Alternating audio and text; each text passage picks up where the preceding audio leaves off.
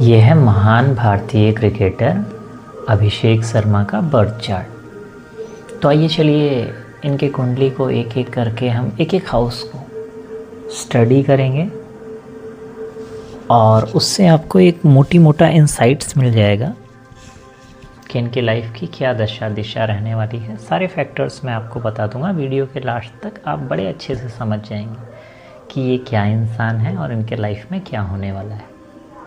तो सबसे पहले इस बर्थ के फर्स्ट चार्ट को आप देखिए। फर्स्ट चार्ट का जो मालिक है, मतलब इसको समझिए ये एक एक घर है ना। ये जो पहला घर है इसको तन भाव कहते हैं, जिससे आदमी के व्यक्तित्व को, मन का क्या मतलब सेगमेंट्स रहेगा, ये सारी चीज़ों को स्टडी करते हैं। तो इस घर का जो मालिक है, इस प्लॉट का जो मालिक है, इस प्लॉट का मालिक 7 नंबर है, तो इस हिसाब से शुक्र हो जाते हैं। तो अब हम देखेंगे तन भाव का जो मालिक है, जो इनके पर्सनैलिटी का मालिक है, वो एक्चुअली स्ट्रॉन्ग है या कमज़ोर है।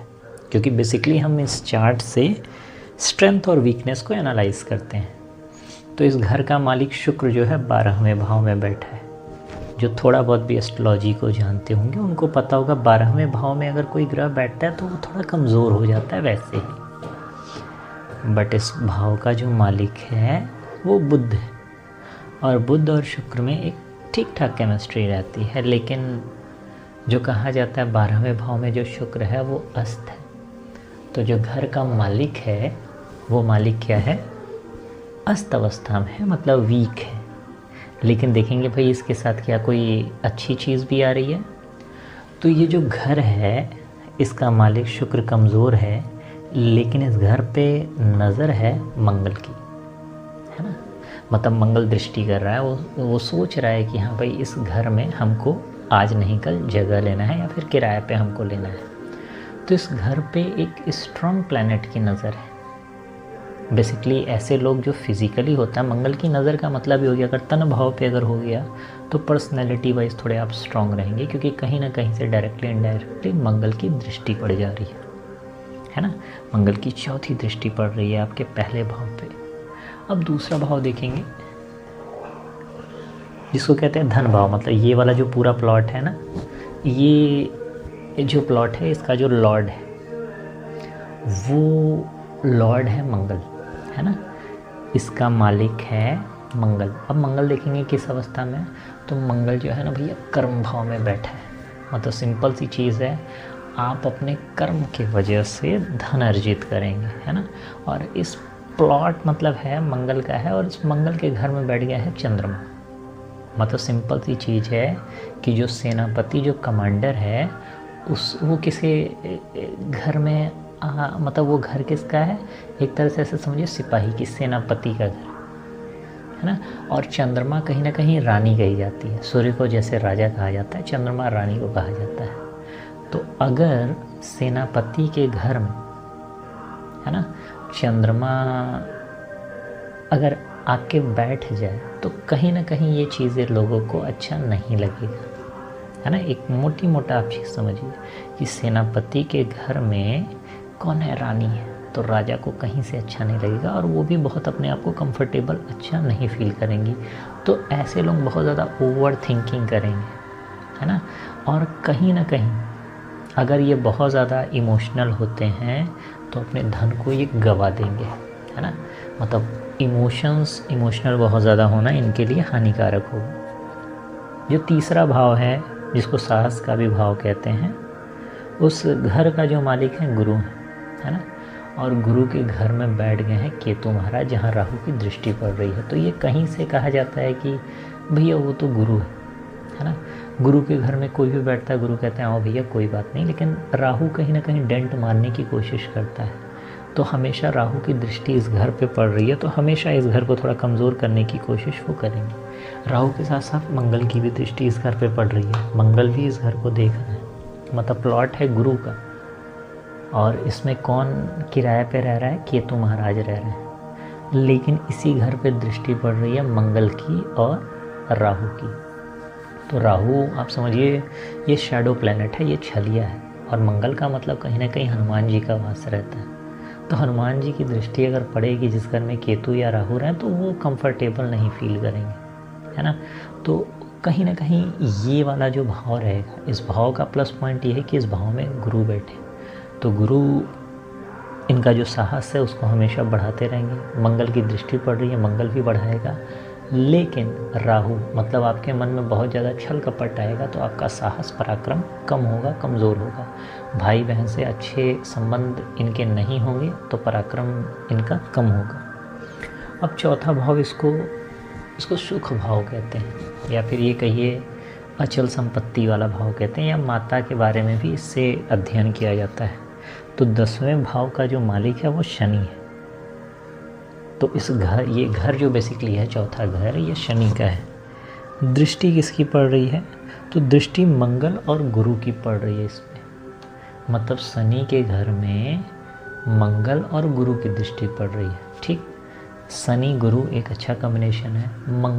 मंगल की भी दृष्टि पड़ रही है, तो शनि के घर में मंगल आते हैं तो अच्छा है।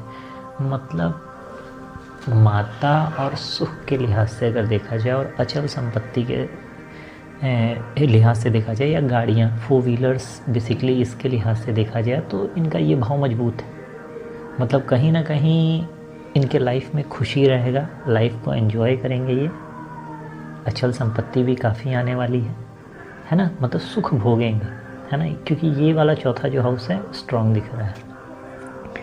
5वां जो हाउस है, इस घर का भी मालिक शनि है। 5वां घर का मतलब क्या? यही कॉम्पिटिटिव स्पिरिट जो होती है, ये सारी चीज़ें, ज्ञान वाली चीज़, संतान वाली चीज़ इसी से देखी जाती है। देखते हैं, घर का मालिक तो शनि है, दृष्टि इस पे किसकी पड़ रही है?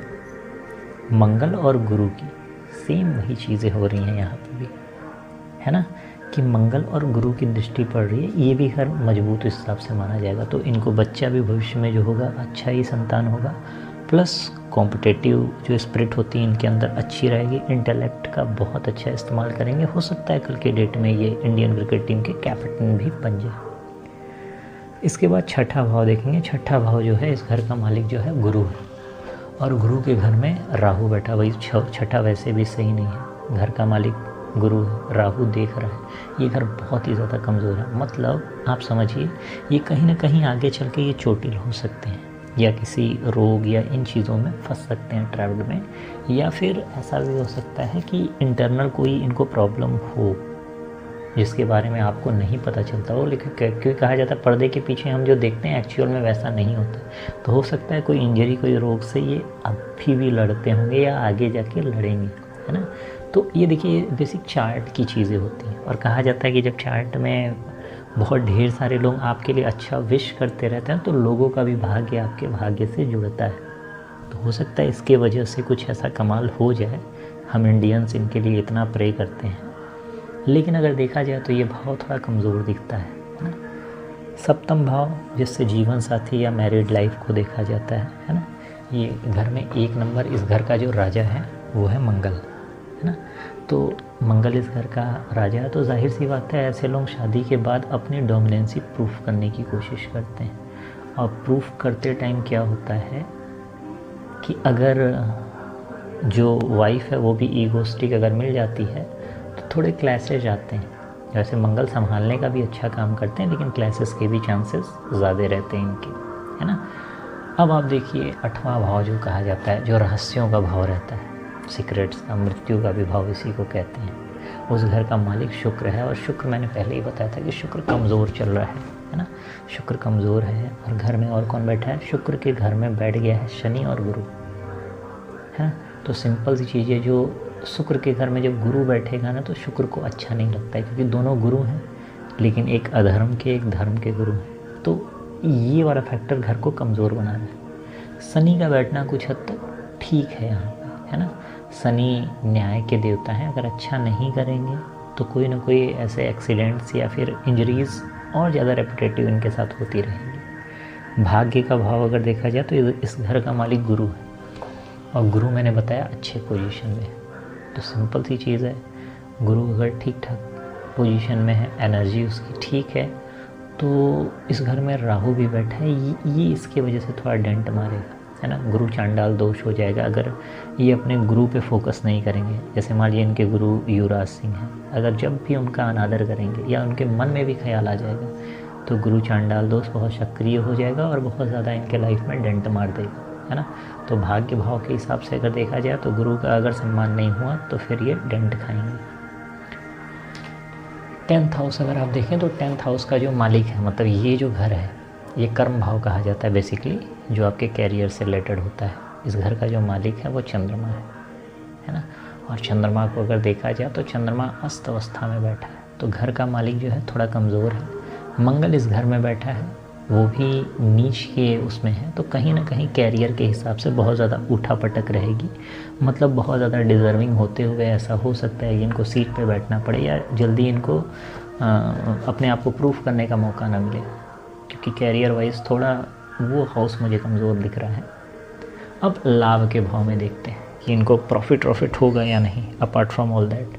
तो देखिए 5 नंबर का घर है, सूर्य का घर, और यहाँ सूर्य बैठा है, तो इनको बहुत ज़बरदस्त लाभ होने वाला है ना। मतलब स्पॉन्सरशिप, ये वो ब्रांड डील्स, ये वो, इससे बहुत ज़्यादा ये पैसा कमाएंगे। और दूसरा चीज़ यहाँ बुद्धादित्य योग बन रहा है, एक राजयोग भी बन जा रहा है। इस घर को मैनिफेस्टेशन का भी घर कहा जाता है। घर मजबूत है, मतलब मैनिफेस्ट अगर जो करेंगे वो ये प्राप्त करेंगे, है ना। तो लाभ भाव इनका बहुत अच्छा है। मोक्ष भाव या मुक्ति भाव पे हम आते हैं। मुक्ति भाव का मालिक कौन है? बुध है। शुक्र इस घर में बैठा है। बुध शुक्र में एक ठीक ठाक कॉम्बिनेशन माना जाता है। जैसे बुध जिसके घर में बैठा है उस हिसाब से चीज़ों को पकड़ लेता है। लेकिन इस घर में तो रिलैक्स का भाव है और शुक्र है। शुक्र का मतलब क्या? लग्जरी। तो शुक्र अगर 12वें भाव में बैठता है थोड़ा बहुत तांडव मचाता है। तो ये कभी भी जो मानसिक रूप से होता है ना, मेंटली ये बहुत फ्री नहीं रह पाते, है ना। और अब देखिए है क्या, इनकी जो महादशा भी, मतलब जो इनके मेजर इवेंट्स अभी होंगे, जो महादशा इनकी चल रही है, बुध की चल रही है। बुध ठीक ठाक पोजीशन में है ना। बुध की एनर्जी अच्छी है, मतलब बड़े इवेंट्स जो इनके लाइफ में होंगे वो अच्छा रिजल्ट्स दे सकते हैं। वर्ल्ड कप में एक अच्छा रोल प्ले कर सकते हैं, प्लेयर ऑफ द मैच बन सकते हैं, ये सारी चीज़ें इनके साथ हो सकती हैं। लेकिन जो अंतरदशा चल रही है वो शुक्र की चल रही है। मतलब जो छोटे छोटे इवेंट्स, मतलब ये मानसिक इनसिक्योरिटी, ट्रबल, ट्रॉमास, इन सब से ये इस समय फेस करेंगे चैलेंजेस, क्योंकि जो अंतरदशा है ये इनकी शुक्र की चल रही है। अभी हाल फिलहाल मैं 2-3 महीने का जो सेगमेंट्स लेके चलूँ तो शुक्र की अंतरदशा है, थोड़ी बहुत ही मेंटली ट्रॉमास से गुजरेंगे, बाकी चीज़ें ठीक ठाक हैं। हम इनके लिए बेहतरी की शुभकामना करते हैं कि ये लाइफ में ग्रो करें। बाकी सेगमेंट्स में और भी जो प्लेयर्स हैं या सेलिब्रिटीज़ हैं उन पे हम बात करेंगे। अभी के लिए सिर्फ इतना ही। हर हर महादेव। आप सभी का दिन शुभ हो।